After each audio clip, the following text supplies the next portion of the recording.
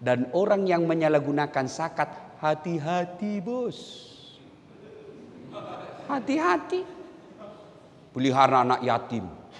Anak yatimnya tetap sengsara, ketua yayasannya yang kaya. Hati-hati. Bismillahirrahmanirrahim. Ketika Adam alaihissalam diciptakan, lalu seluruh makhluk diperintahkan untuk hormat kepada Adam. Seluruh malaikat melakukannya. Tumbuhan binatang hormat kepada Adam. Satu makhluk Allah yang menolak, namanya iblis. Iblis ini membangkang lalu diusir keluar dari sorga. Dan sebelum keluar dari sorga dia berkata, saya akan menyesatkan anak cucunya Adam. Saya akan menggelincirkan anak cucunya Adam. Gara-gara Adam saya diusir dari sorga, maka saya akan melakukan segala upaya untuk menyesatkan anak cucunya Adam. Saya ulangi, segala upaya saya lakukan untuk menggelincirkan anak cucunya Adam. Dan salah satu di antaranya, saya akan berupaya agar mereka tidak konsentrasi dengar ceramah ketika dia dengar pengajian. Dan salah satu caranya adalah saya sibukkan dengan HP-nya. Orang-orang yang sibuk dengan HP ketika kita dengar ceramah, sesungguhnya itu tergelincir atas godaan setan. Ya pasti nih. Bagaimana caranya kau mau dengar ceramah sibuk saja begini? Hargai perasaanku bos. Jauh-jauh saya kasihan dari Sulawesi Selatan. Bapak tahu enggak saya ke sini? Naik pesawat dulu 2 jam lebih ke Jakarta. Transit berjam-jam di Jakarta. Baru jam 4 subuh naik pesawat lagi ke sini. Pergi lagi ke Kayu Agung. Balik lagi ke sini. Ceramah menghargai undangan Bapak. Begitu saya ceramah Bapak sibuk begini. Tolong hargai perasaan saya ibu. Ibu-ibu yang pegang HP selama saya ceramah, saya doakan suamimu kawin lagi. Mau kok? Apa? Simpan balik itu HP, simpan dulu. Ibu-ibu, kalau ibu rekam pasti tidak jelas. Pasti suaranya tidak bagus. Kenapa? Nangkap dari sini, tidak bisa. Pasti tidak jelas. Itu upaya setan. Saya mau dengar ceramahnya Pak Ustadz supaya kalau pulang saya bisa dengar ulang. Ini ada kamera saya bawa. Suaranya jernih, gambarnya bagus. Tinggal bagaimana caranya? Ibu buka di YouTube, tulis Dasat Latif PLN Palembang. Nah, keluarlah itu. Sudah nonton jangan lupa like and share. Saya serius Pak. Kalau bisa simpan dulu HP. Saya serius. Selama Bapak pegang handphone pasti tidak konsentrasi. Simpan aja dulu ya. Sebentar aja. Ini kita dengar serius dulu ya. Sebentar. Ibu-ibu tidak usah selfie-selfie. Nanti saya layani sampai sore. Dan itu juga kita lagi ceramah. Selfie dong. Dia membelakang. Orang lagi ceramah dia belakangi kita. Ternyata saya dijadikan background. Kok kira saya pot bunga? Itu lihat nanti nih Pak. Saya sebenarnya tidak gagah. Lebih gagah Pak GM. Saya betul lebih gagah Pak GM dari saya. Saya tidak gagah tapi saya penuh pesona. Mana buktinya? Ibu-ibu mau foto semua toh? Sudah foto? Ulang Ustadz. Ulang lagi Ustadz. Kabur Ustadz. Ulang lagi. 5 kali diulang saya bilang dalam hati. Biar 10 kali kau ulang namun kamu yang kabur. Ayo kita simpan dulu ya. Waktu terbatas. Azhar nanti jam 15.34 ya. Jadi kita simpan dulu handphone, kita dengar ceramah dulu. Suatu kali dengar ini Bu. Nabi sholat maghrib. Assalamualaikum warahmatullahi. Assalamualaikum warahmatullahi. Ada sahabat namanya Sa'labah. Ini Sa'labah, kalau sahabat lain Assalamualaikum warahmatullahi bersikir dulu. La ilaha illallah wahdahu la syarikalah lahul mulku wa lahul ham yuhyid wa yumit wa huwa ala kulli syai'in qadir. Minimal 11 kali. Ini Sa'labah, Assalamualaikum warahmatullahi wabarakatuh, langsung lompat. Begitu bapak-bapak tuh. Ini Sa'labah langsung lompat. Dilihat oleh Nabi. Dalam hati Nabi, ini Sa'labah kayak sombong betul, tidak butuh Allah. Apa sih susahnya? Selesai kau sholat, kau berdoa dulu, minta urusanmu dimudahkan Allah. Seperti bapak-bapak juga, kalau hari Jumat paling cepat paling terlambat datang, paling cepat pulang. Orang khotbah dia tidur. Begitu selesai dia bilang, aliran apa ini? Tidak ada khotbahnya. Bukan aliran apa, bapak yang tidur. Ya kan? Nah, hari kedua juga begitu. Assalamualaikum warahmatullahi wabarakatuh. Langsung pergi. Hari ketiga dipanggil sama Nabi. Sa'labah, ta'al, sini dulu. Ya Rasul. Kau kayaknya kau tidak butuh Allah. Sahabat yang lain selesai sholat berzikir, kamu lantas jalan, pergi lagi. Ada juga itu teman-teman kita biasa yang berpedoman dan berpegang tidak boleh zikir bersama, tidak boleh doa bersama. Ada toh? Saya setuju pendapat Bapak. Tapi kalau begitu pendapat Bapak, sebaiknya jangan duduk saf paling depan. Kenapa? Karena Bapak melanggar adab-adab sholat jamaah. Dia kan umumnya begitu. Assalamualaikum warahmatullahi wabarakatuh. Kau langkah-langkai orang lagi berzikir, bos. Puncak dari semua ilmu itu adab. Bayangkan kalau ada Pak GM, ada ketua majelis ulama, ada tamu dari kantor sebelah, Bapak salam langsung langkah-langkai. Di mana adabmu?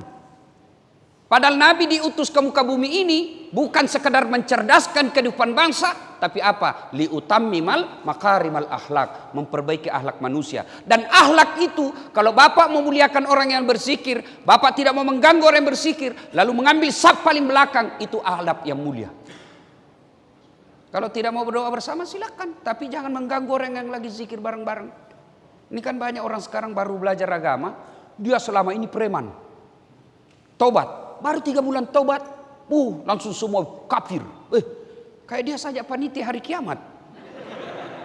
Nah, sudah. Sini. Apa sih susahnya selesai kau sholat? Kau berdoa dulu. Akhirnya Sa'labah berterus terang.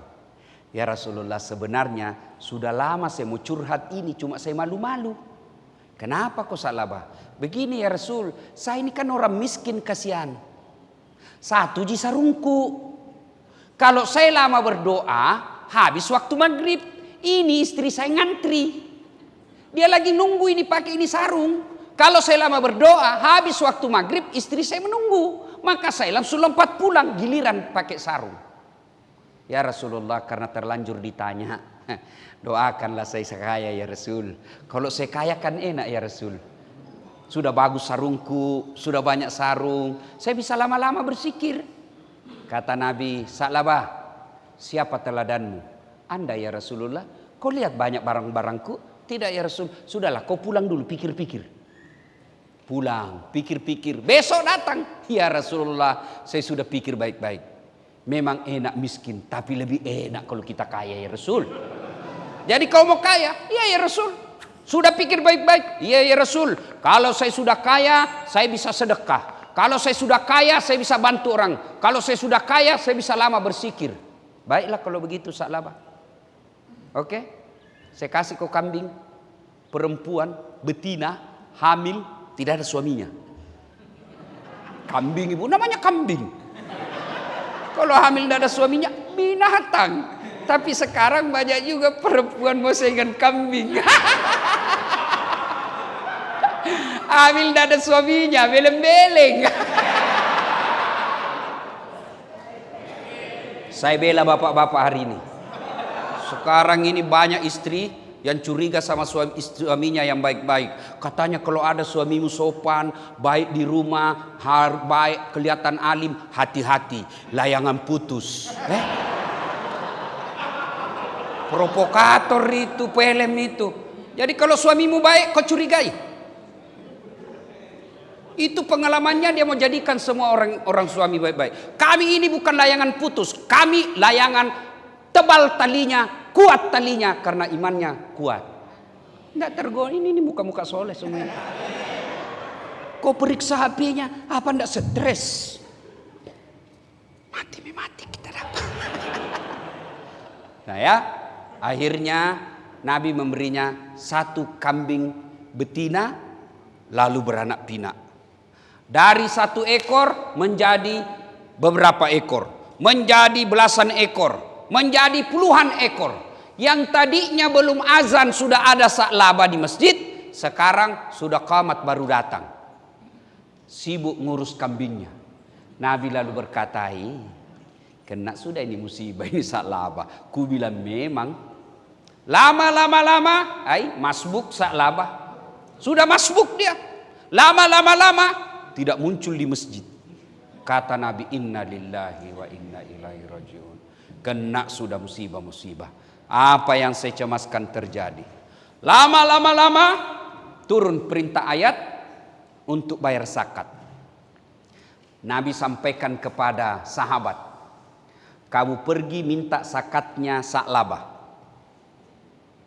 Datang, assalamualaikum warahmatullahi wabarakatuh. Ya Sa'labah. Waalaikumsalam warahmatullahi wabarakatuh. Apa kabar bro? Lama kau tak nampak di masjid. Kau dicarinya oleh Rasulullah. Sibuk bos. Kau lihat nih kambing-kambingku ini banyak sekali. Tidak bisa lagi kurus. Tak ada waktu ke masjid. Oh begitu. Tapi sekarang saya diperintah oleh Rasulullah untuk nagih pajak. Zakat. Keluarkan zakatmu. Mendengar ini, apa kata Sa'labah? Enak aja. Saya setengah mati kerja. Dari jam 6 saya sudah keluar. Kadang kala ceklok. Terlambat ceklok. Makan seadanya di kantor. Kerja setengah mati. Ini mata jadi buram lihat monitor laptop. Kamu datang minta 2,5%. Siapa kok? Begitulah kira-kira bahasanya Sa'labah. Saya setengah mati. Gara-gara ini kambing saya tidak datang jamaah. Kau datang-datang minta. Nggak. Wah, disampaikan ini kepada Nabi. Nabi katakan innalillahi. Musibah sudah Sa'labah. Utus kedua kalinya tetap tidak mau. Utus ketiga kalinya tetap tidak mau. Lalu Nabi katakan sudah, tidak usah lagi kau minta. Selesai. Akhirnya turun ayat. Ayat itu kurang lebih menyindir Sa'labah. Yang kurang lebih menerjemahkan bahwa ada di antara kalian ketika miskin hamba Allah, kaya hamba harta. Ayat ini disampaikan Sa'labah. Sa'labah, ada baru ayat turun seperti ini. Miskin hamba Allah, kaya hamba harta. Kau aja dikena ini di Madinah. Satu-satunya ayat menyindir kau. Kau ini dah kena. Sa'labah istighfar. Astagfirullah. Lalu dia ambil zakatnya. Dia bawa ke Nabi. Ya Rasulullah, mohon maaf. Terima zakatku. Apa kata Nabi? Terlambat mi bos. 3 kali kusuruh toh, kau kasih malu saya. Sudah, bawa pulang itu. Kalau orang Bugis bilang, Andre lah cilaka. Makan mako itu semua. Makan mako sama-sama kulit-kulitnya. Wafat Rasulullah. Sa'labah mulai goyang ekonominya. Dia datang lagi bawa zakat kepada Abu Bakar Siddiq. Kata Abu Bakar, mohon maaf. Nabi tidak berani, Nabi tidak menerima zakatmu. Manalah saya berani. Makin goyang ekonominya. Wafat lagi. Abu Bakar diganti oleh Umar bin Khattab. Ya Amirul Mukminin, terima zakatku. Apa kata Umar? Nabi tidak terima. Abu Bakar menolak. Manalah saya berani. Akhirnya sejarah membuktikan Sa'labah bangkrut dan mati dalam kekufurannya. Na'udzubillah min zalik. Itu bahayanya zakat, Pak. Bapak tahu namanya zakat? Zakat itu ayatnya bukan minta, ambil. Kalau minta ada 2 pilihan. Dikasih, alhamdulillah. Tidak dikasih, ya namanya kau minta. Tapi namanya ambil, mau tidak mau, ambil. Pada zaman Nabi, pada zaman Khulafaur Rasyidin, itu ada pasukan khusus penagih zakat. Kenapa? Bukan kau yang punya. Kamu memang kerja di PLN dari pagi sampai sore, kadang-kala lembur, tapi ingat ada haknya orang miskin di dalam hartamu itu. Berapa? Cuman 2,5%, tidak cukup 3. Kata Allah, ambil deh 97,5, ambil semuanya. 2,5% kasih fakir miskin yang tadi beasiswa. Dan itulah yang kau miliki. Yang deposito, mobil, rumah, belum tentu bapak punya. Nih ibu-ibu nih, yang banyak emasnya, tidak dikeluarkan zakatnya. Hati-hati kau ibu, pakai behel. Bingkai kacamatanya emas, semua cincin berlian. Ibu meninggal, siapa yang pakai? Siapa yang pakai? Anak pret, istri kedua. Daripada diambil istri kedua, ibu sudah menderita di blender dikubur. Suami diranjang menikmati dengan istri barunya memakai gelangmu. Lebih baik sedekahkan. Demi Allah, kata Nabi, 3 aja itu hartamu. Lain dari itu bukan kau punya. 3 aja harta yang kita miliki. 1 yang habis ibu makan, itulah kita punya. 2 yang hancur kita pakai. 3 yang telah kita sedekahkan jalan agama Allah. Lain dari itu bukan ibu punya. GM punya mobil dinas. Pensiun, bukan kau punya, bos, kasih kembali. Kan ada namanya di dom, Ustadz. Hati-hati, di neraka bisa bertanggung jawab. Apalagi kalau diakal-akali. Oh, disuruh pikul nanti itu, Pak. Lewat security, ternyata bapak yang ngambil. Alhamdulillah, terima kasih kepada Kapolri. Sekarang satpam dan security bajunya mirip polisi. Tapi polisi keberatan. Diuntungkan hanya satpam dan security. Mereka dikira polisi, kami dikira satpam.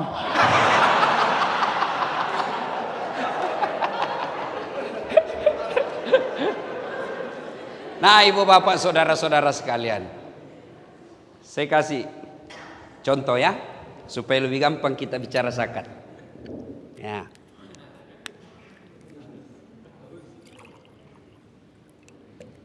Yang namanya 2,5%. Ini halal atau haram? Bersih, suci, halal. Inilah gajinya bapak sebulan. Yang bekerja dan wajib negara memberi gaji. Halal. Ini. Tapi di sini ada haknya orang 2,5%. Yang kalau tidak dikeluarkan, maka dia mengotori seluruh harta yang halal tadi. 2,5% mengotori yang 97,5% jadi kotor ketika tidak dikeluarin. Nah, ini halal. Tapi karena tidak bayar zakat yang 2,5%, bapak celupkan jari-jari di kloset. Tahu toilet ibu? Kan ada air-airnya di situ kan? Nggak usah yang ada kuning-kuningnya. Bersihkan dulu yang kuning itu. Kira-kira ibu mau ndak ambil 1 tetes yang sudah sudah ndak ada kuning, celupin. Ibu ambil 1 tetes saja dari situ, masukin di sini. Ibu mau minum?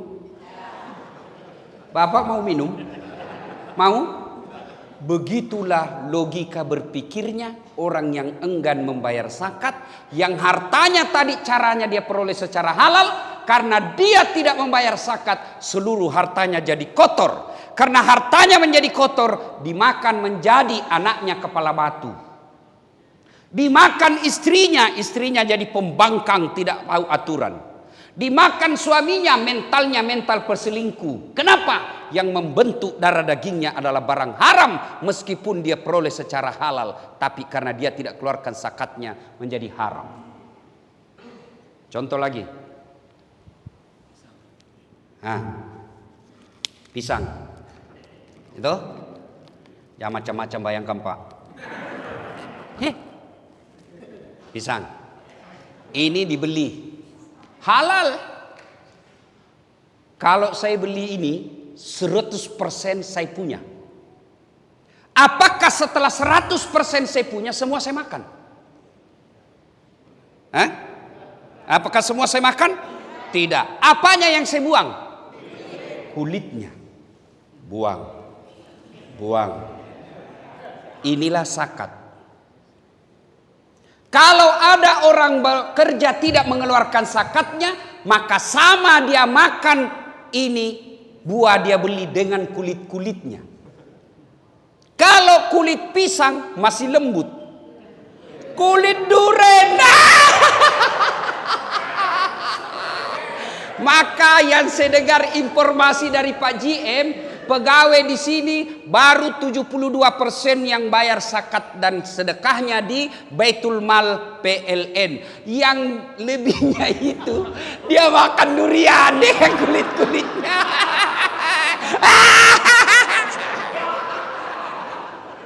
Contoh ketiga. Hah? Nih ibu-ibu nih. Contoh ketiga. Beli kain. Berapa meter satu baju? Kalau baju saya 1,5 meter baju. Apakah 1,5 meter itu semua saya pakai? Tidak. Saya punya dong. Saya jahit saja, tidak ada saya buang. Cantik? Enggak. Maka ada bagian-bagian saya gunting untuk bikin cantik saya punya baju. Yang dibuang bagian itulah adalah zakatnya, membersihkan dan mempercantik baju saya.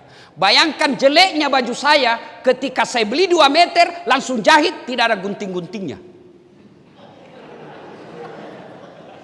Begitulah perumpamaan orang yang tidak mau membayar zakat. Ini kan harta saya. Contohnya itu Salaba tadi. Saya setengah mati kerja, gara-gara ini kambing saya tidak ke masjid. Kau datang enak-enak, siapa kau cowok? Kira-kira begitu bahasanya orang PLN. Saya setengah mati kerja, masa kau datang minta-minta?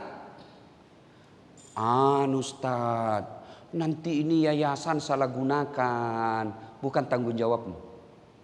Yang penting kau keluarkan. Dan orang yang menyalahgunakan zakat, hati-hati bos.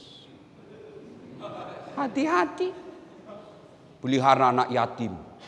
Anak yatimnya tetap sengsara, ketua yayasannya yang kaya. Hati-hati. Maka zakat itu sangat diperhatikan. Bapak tahu ada ayat yang saya yakin Bapak semua hafal. Siapa yang hafal itu ayat? Semua hafal. Al-Ma'un, pendusta agama. Satu di antaranya yang enggan membayar zakat. Hati-hati. Maka ibu-ibu, istri yang baik, begitu terima honor suami, langsung keluarkan 2,5%. Bagaimana kalau harta kita rumah, Ustaz? Kalau harta rumah itu hanya ditinggali, rumah itu menjadi rumah tinggal dan tidak menghasilkan, tidak berproduksi, tidak menghasilkan, maka dia hanya sekali dibayarkan seumur rumah itu. Berapa dikeluarkan Ustadz? 2,5%. Berapa harga rumahnya? Senilai dengan 85 gram emas. Jadi kalau ada emas 85 gram, harta yang kita miliki senilai 85 gram. Ibu 1 gram berkarang berapa? Anggaplah 1 juta. Berarti kalau Bapak punya harta 85 juta dan sudah dia kuasai selama 1 tahun, maka wajib dikeluarkan 2,5%. Itu zakat harta. Tapi yang Bapak keluarkan setiap bulan namanya zakat profesi. Sudah? Jadi kalau ibu tidak mau, ibu yang baik, Pak, ini ada honormu 10 juta. Sudah, keluarkan 2,5%. Kalau 1 juta 2,5% berapa, Pak? Berapa? 25.000. 1 juta. 10 juta berapa? Berapa? 250.000. Mulai goyang itu, Pak. Ya? 100 juta? Berapa? Berapa? 2.500.000. Bapak mulai tambah cemas. Kalau tadi 25.000, setan belum mempan goda Bapak karena 25.000 Pak pembeli pulsa. Sebentar. Tapi kalau sudah 2.500.000, Bapak mikir, ini bisa jadi HP baru ini. Masuk setan. Maka keluarkan zakat. Motivasi kedua, soal penting yang mengeluarkan zakat, sedekah. Itu tadi zakat, sedekah. Suatu kali Nabi didatangi fakir miskin. Assalamualaikum warahmatullahi wabarakatuh ya Rasulullah. Nabi katakan, Fatimah buka. Waalaikumsalam warahmatullahi wabarakatuh. Ini salamnya orang Islam. Jadi Bapak jangan ringkas-ringkas salam. Kecuali SMS. Kalau SMS Bapak ringkas ya namanya SMS. Tahu SMS? Pesan singkat. Namanya ya jadi disingkat lah. Ada juga itu baru belajar agama 2 bulan. Oh enggak boleh. Haram. Selama Bapak tulis dengan niat bahwa itu salam. Assalamualaikum warahmatullahi wabarakatuh. Namanya SMS yang tidak boleh kalau kau ucapkan. Tidak boleh ringkas-ringkas. Samlek. Apa samlek? Assalamualaikum. Enggak boleh itu. Ustadz, aswabar. Apa swabar? Assalamualaikum warahmatullahi wabarakatuh. Enggak boleh. Kalau SMS namanya pesan singkat. Jadi salamnya kita jangan singkat. Bapak tahu enggak ketika ke Madinah Nabi? Ibu-ibu tahu ketika ke Madinah. Begitu sampai di Madinah diusir dari Mekah beliau hijrah. Perintah pertama kata Nabi apa? Upsus salam. Tebarkan salam. Baik salam secara lisan maupun salam dalam arti menjadi rahmatan lil alamin. Jadi kalau ibu salam sama suami, Assalamualaikum warahmatullahi wabarakatuh. Gimana kabar bang? Ya. Tapi kalau sama suaminya, Assalamualaikum. Di mana kau? Di kantor. Bohong. Coba video call. Kayak kita saja tahanan. Ya ketawa, saya serius ini. Ada juga itu. Bapak juga kalau telepon di sini. Ayo, salam. Mana ibu? Rumah. Kayak menginterogasi. Sekalinya sama sekretarisnya Pak GM bagus betul salamnya. Assalamualaikum. Waalaikumsalam. Jadi salamnya orang Islam, Assalamualaikum warahmatullahi wabarakatuh. 3 itu doa di dalam Pak. Assalamualaikum, semoga Anda selamat. Selamatnya bukan cuma siang. Selamatnya bukan cuma malam. Selamat selamanya. Kalau Bapak doakan orang selamat, jangan cuma malam. Apa artinya selamat malam? Berarti Bapak doakan saya sengsara pagi. Assalamualaikum, semoga Bapak selamat. Warahmatullahi, rahmat Allah menyertaimu. Kasih sayang Allah menyertaimu. Wabarakatuh, berkah Allah menyertaimu. Apa itu berkah? Hartanya sedikit tapi selalu fisabilillah. Itu namanya berkah. Cuma biasanya kita orang baik-baik salam, Assalamualaikum warahmatullahi wabarakatuh. Kita cuma salam. Ulama salam baik-baik, lengkap, tidak dihargai. Burung beo, Assalamualaikum, Assalamualaikum. 15 juta harganya Pak. Ini ulama khotbah 30 menit, bagus lagi ayatnya, 150.000. Pelan-pelan juga bos. Nah, Nabi lalu berkata, Fatimah buka. Ya Rasulullah, saya sudah lapar sekali nih kasihan. Sudah beberapa kali saya tidak ketemu roti dan makanan lainnya. Adakah bisa dimakan di rumah ya Rasul? Kata Rasulullah, maafkan saya. Saya pun dalam posisi lagi tidak ada makanan di rumah. Saya juga lagi tidak ada duit. Saya miliki. Fatimah, tolong berikan orang ini jubah saya. Tahu jubah ibu? Tahu jubah? Itu orang Arab kalau pakai baju dulu kan di dalam, baru di luarnya ada, ya kan? Itu namanya jubah. Kebalikannya baju, ya kan? Jubah, baju. Nah, ya, itu kebalikannya Superman. Kalau Superman, celana dalamnya di luar. Kalau Dasat Latif, celana dalamnya di dalam. Bayangkan kalau saya ceramah celana dalam saya di luar Pak. Apa anda orang bilang sudah gila itu ustaz, lama sudah kasihan sakit itu, ya kan? Nah, jubah. Lalu Nabi memberinya jubah. Hanya ini yang saya bisa berikan kepadamu. Pelajaran pertama, Pak, kalau ada orang datang minta tolong ke rumah, mengucapkan saja itu sudah berat. Jangan sampai kasihan dia pulang sudah malu tidak bawa lagi pertolongan. Kalau dia minta 1 juta dan bapak pikir tidak mungkin dia bisa utang ini. Karena ada juga itu Pak hobi utang. Dan hobi tidak mau bayar. Karena dia bilang banyak aja uangnya itu. Utangmu bos bayar. Masa miliarder begitu. Utang saya 2 juta saya harus bayar. Bayar karena kewajiban. Ah, masa Pak GM utang 500 ditagih? Bayar utang. Ada orang hobi begitu. Maka ketika orang datang ke rumah dan kita yakin dia tidak bisa bantu, tidak bisa bayar itu kalau dikasih utang 10 juta, paling tidak jangan permalukan dia. Hargai, ya sudah, saya seperti itu. Datang saya lihat, tidak mungkin dia bisa bayar ini, tidak masuk di akal. Maka, Dek, saya tidak bisa kebantu, tapi ini saya kasih. Kalau misalnya utang Ustadz 2 juta, saya lihat-lihat, waduh agak berat juga saya kasih. Sudah, supaya dia tidak malu pulang, saya kasih kau 250.000, tidak usah utang, ini hadiah dari saya. Supaya dia pulang tidak kecewa. Ibu-ibu juga begitu. Kalau ada orang datang mengutang, ibu tidak punya duit, kasihlah kue. Kasihkah baju, kasihkah kudung, yang penting ada kita kasih. Ibu-ibu kan rajin sedekah sama tetangganya. Nak, ada itu kue di kulkas. Bawakan tante di sebelah daripada basi. Nanti mau basi baru diingat Pak Ustadz. Nah, Nabi begitu. Tidak bisa memberi makanan dan duit, maka Nabi memberinya ini. Nah, yang menerima jubah itu, lalu dia ke pasar. Dia ke pasar dan teriak-teriak.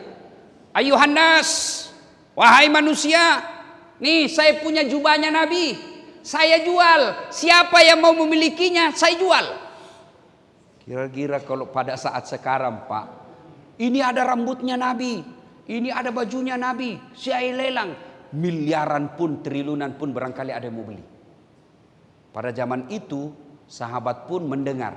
Salah satu adalah penduduk Madinah yang gangguan matanya, gangguan penglihatannya. Lalu dia bilang ke budaknya, bukan pembantu. Ibu, beda pembantu dengan budak. Kalau pembantu itu Bu digaji tiap bulan, dan kalau tuan rumahnya cerewet dia punya hak berhenti. Berhenti, saya cerewet sekali soal istrinya itu. Nggak ada tenang lihat kita kalau duduk-duduk, maunya kita kerja terus. Punya hak berhenti. Budak hak milik, sama handphone, mau dibanting, mau dijual, mau diapa, hak milik. Budak itu hak milik. Lalu orang yang gangguan matanya ini berkata kepada budaknya, kalau kau berhasil belikan saya itu, saya bebaskan kau, saya merdekakan kamu. Dia ke pasar dan alhamdulillah berhasil membeli baju itu, jubah itu, lalu dibawa ke tuannya. Tuan, alhamdulillah saya berhasil membelinya. Saya merdekakan kamu. Sekarang kau bukan budak saya. Lalu yang gangguan matanya diambil jubahnya Rasulullah, dia selawat sebanyak-banyaknya, dia berdoa kepada Allah, dengan izin Allah dia gosok-gosok terus dengan jubahnya Rasulullah, dengan izin Allah bagus penglihatannya, sembuh. Lalu setelah sembuh dia gembira. Dia datang kembali ke rumah Rasulullah. Ya Rasulullah, mata saya sudah sembuh. Berkat izin Allah saya gosok dengan baju ini, saya kembalikan baju ini. Akhirnya baju itu kembali dimiliki Rasulullah. Lalu Rasulullah memanggil anaknya Fatimah. Anakku, sini kau lihat. Ini hebatnya sedekah. Coba kau lihat ini sedekah. Dia kembali lagi ke saya. Tapi sebelumnya dia memanfaat sedekah ini kepada orang. Satu, dia mengenyangkan perut kosong tadi. Dua, dia memerdekakan budak. Tiga, menyembuhkan orang sakit. Hebatnya yang keempat, dia kembali kepada pemiliknya.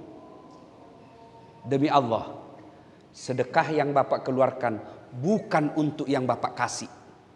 Ibu bersedekah kepada tadi anak sekolah ini, bukan ibu kasih ke dia, tapi apa? Ibu pada hakikatnya mengembalikan harta itu ke dirinya, sepemberi.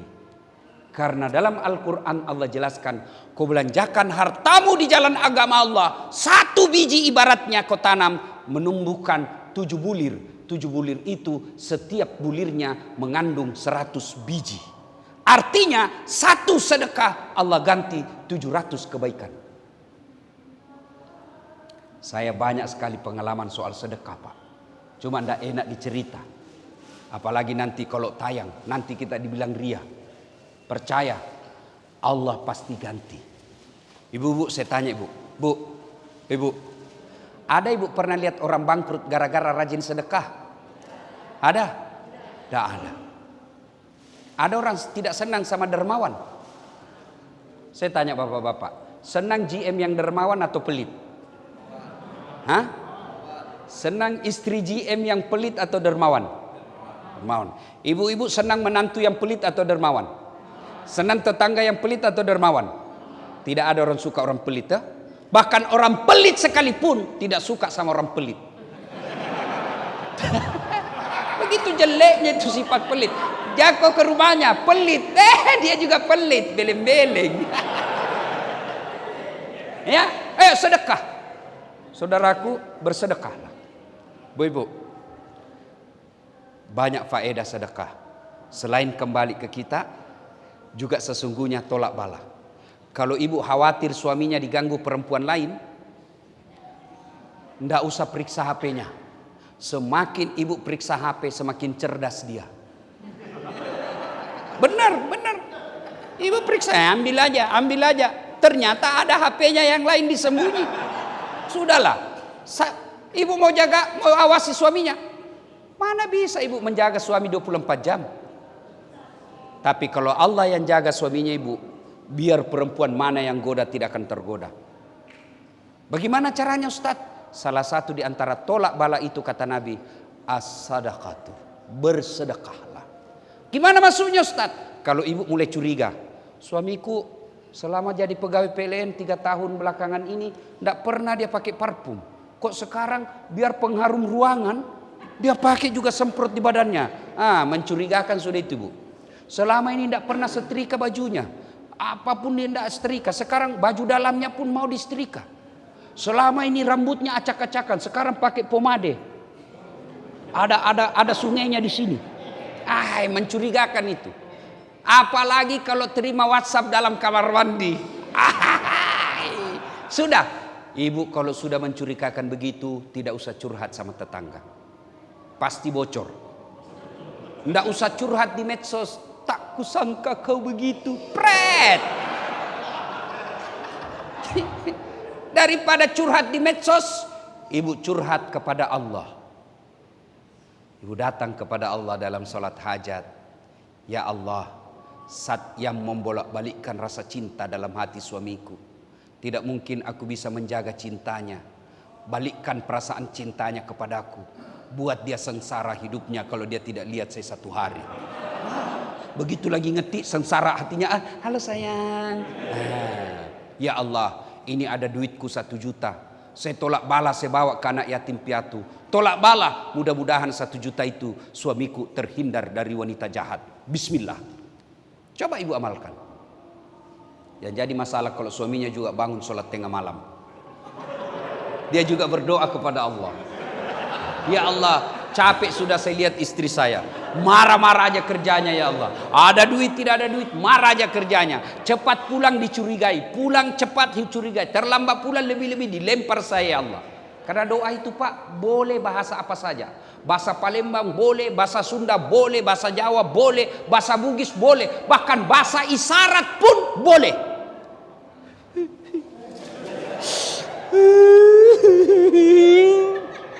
Bahasa isyarat lagi sengsara hatinya. Sudah. Ya Allah, ada duitku 1 juta, saya tolak bala. Mudah-mudahan 1 juta ini istriku ikhlas saya kawin lagi. Bingung malaikat, yang mana ku kabulkan? Ayo sedekah. Ibu-ibu, kemana-mana dokter belum sembuh, memang bukan dokter yang menyembuhkan kita. Bapak-bapak, kemana-mana dokter tidak sembuh-sembuh, bahkan dokter memang bukan dokter sembuhkan kita. Dan saya Pak GM, sepanjang hidup saya belum pernah ketemu dokter yang hebat. Kenapa? Begitu saya ke dokter Pak, saya juga yang kasih tahu penyakitku. Yang hebat itu baru dia lihat, dia sudah tahu penyakit saya. Itu hebat itu. Ini kan tidak. Assalamualaikum dok. Waalaikumsalam. Ustaz masuki. Kenapa Pak Ustadz? Ini dok, sudah 2 hari mencret. Kenapa bisa Pak Ustadz? Dalam hatiku ya urusanmu, kau dokter. Masa saya lagi kau tanya? Diperiksa, tok, dikasih obat. Pak Ustadz kembali lagi 3 hari yang akan datang. Kenapa disuruh kembali? Mau dilihat reaksinya ini obat, cocok atau tidak. Itulah sebabnya beda umur, beda berat badan, beda dosis. Kenapa? Karena ini uji coba, mau dilihat cocok enggak ini dengan ilmu yang diterima selama ini. Kalau tidak, ganti lagi. Bukan karena dokter mau ngambil duitnya Bapak, tidak. Namanya Prediksinya, diagnosanya ini, oh ini cocoknya ini. Ternyata tidak cocok, ganti lagi. Yang hebat itu dokter baru masuk, pasti komen cerit Ustaz. Nah itu hebat itu Pak. Allah, ayo Bu, Allah. Tanpa diberitahu, Allah tahu penyakitmu. Tanpa diberitahu, Allah tahu apa solusinya. Maka ketika ada masalah penyakit, ibu karena pelit, sudah ke dokter kiri kanan dikasih obat, tidak sembuh-sembuh, bapak pelit. Sedekah. Sedekahlah. Saya niat sedekah ini, mudah-mudahan saya sembuh dari penyakit saya. Dan itu banyak sekali keajaiban yang mereka diberikan terapi sedekah, sembuh dengan sedekah. Apa susahnya Allah menyembuhkan orang sakit? Sedekah. Karena waktu yang terbatas.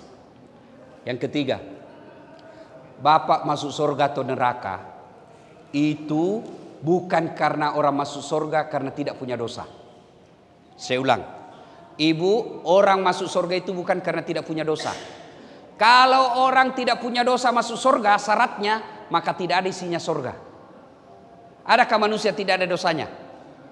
Ada. Semua orang punya dosa Pak. Jangankan kita yang hidup zaman medsos, sedikit-sedikit lihat lagi postingan.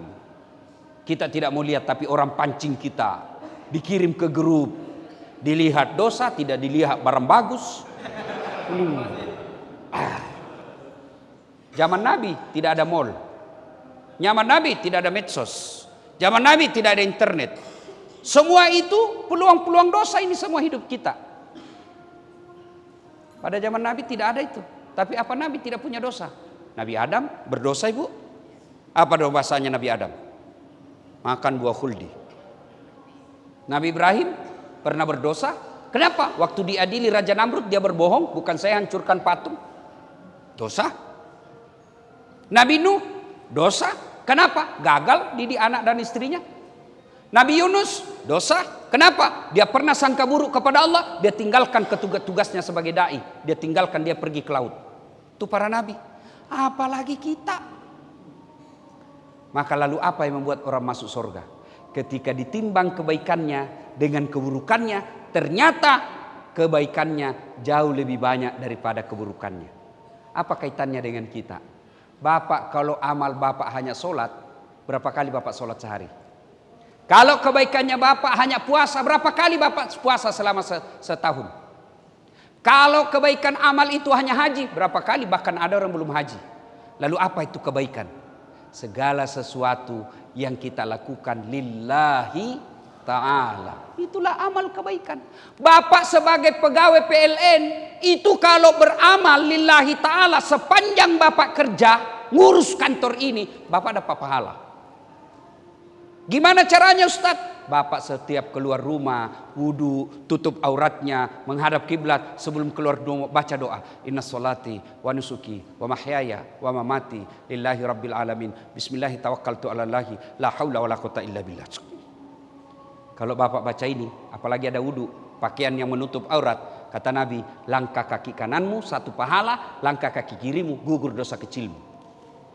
Coba bayangkan kalau bapak kerja 200 meter dari sini, 1 kilo dari sini, berapa langkah kaki itu Pak? Apalagi kalau sampai di kantor bapak naik lantai 1, turun lagi, naik lagi, mutar lagi di lapangan, berapa langkah kaki itu? Apalagi di dalam kantor jalannya begini Pak. Iya toh? Cuma ini tidak kita amalkan. Kita mau keluar bukan baca doa, kita mau keluar goodbye daddy. Daddy. Ibu ini mumpun saya ingat. Kalau suami mau keluar ibu, suruh dia sedekah. Apa sedekahnya suami? Sebelum kerja, cium jidat. Itu Rasulullah setiap mau keluar rumah, dia sedekah kepada istri beliau. Caranya apa? Cium jidat. Maka mulai besok setiap suami mau keluar bu, dia lupa, Pak sedekah dong. Bapak datang, sini saya sedekahi kau. Cuma ibu juga kalau mau disedekahi yang rapi, jangan bau sedekah. Aduh. Ya. Nah, kemudian Bapak motivasi. Mana ada hidup kita di sekarang zaman digitalisasi, digitalisasi yang bebas dari listrik. Ayo. Saya dan mewakili penonton saya di YouTube yang sudah alhamdulillah lebih 200 juta. Berterima kasih kepada PLN. Bersyukur kepada Allah dan berterima kasih kepada PLN. Kenapa? Karena PLN lah yang menyediakan energi listrik sehingga orang bisa dengar dakwah saya. Sudah siap jamaah, sudah siap panggung, padam listrik. Mana bisa penuh. Tidak nyala ini, tidak didengar. Maka kita para mubalik tidak berlebihan kalau saya katakan kami para pendakwah berutang budi kepada PLN. Karena dengan PLN lah orang bisa nonton YouTube, mana bisa buka YouTube kalau padam listrik.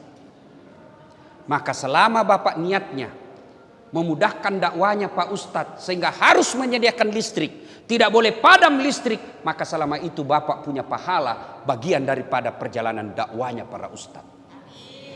Cuma Bapak kan bekerja bukan itu, Bapak bekerja cari muka sama GM. Kalau ada GM, cepat sekali kerja. Begitu tidak ada GM, sebentar. Maka begitu di akhirat nanti, ya Allah mana pahalaku pegawai PLN 30 tahun. Allah berfirman, kau dulu bekerja kan cari muka. Kau sudah dapat mukanya PLN-mu. Sudah. Maka kalau orang yang bekerja lillahi ta'ala, gaji tiap bulan dia dapat, pangkat jabatan dia terpenuhi, juga dia dapat pahala di akhirat kelak sebagai pelayan daripada untuk kebaikan umat. Maka ibu bapak saudara-saudara sekalian, luruskan niat dalam bekerja. Kalau orang bekerja lillahi ta'ala, ada pimpinannya atau tidak ada pimpinannya, dia bukan cari muka sama manusia, tapi dia lillahi ta'ala. Ibu bapak saudara-saudara sekalian, inilah tausiah kita pada taklim kita kali ini. Mudah-mudahan ada manfaat. Terima kasih dan mohon bapak-bapak pegawai PLN penuh kesabaran dalam bekerja, karena kadangkala PLN sering dihina dan dimaki-maki. Padam listrik, maki-maki PLN. Bahkan ada orang Pak di laut lepas, di atas kapal Pak, di atas pelni lagi mandi, tiba-tiba padam listrik. Dia bilang kurang ngajar PLN, padahal tidak ada hubungannya PLN itu di kapal Pak.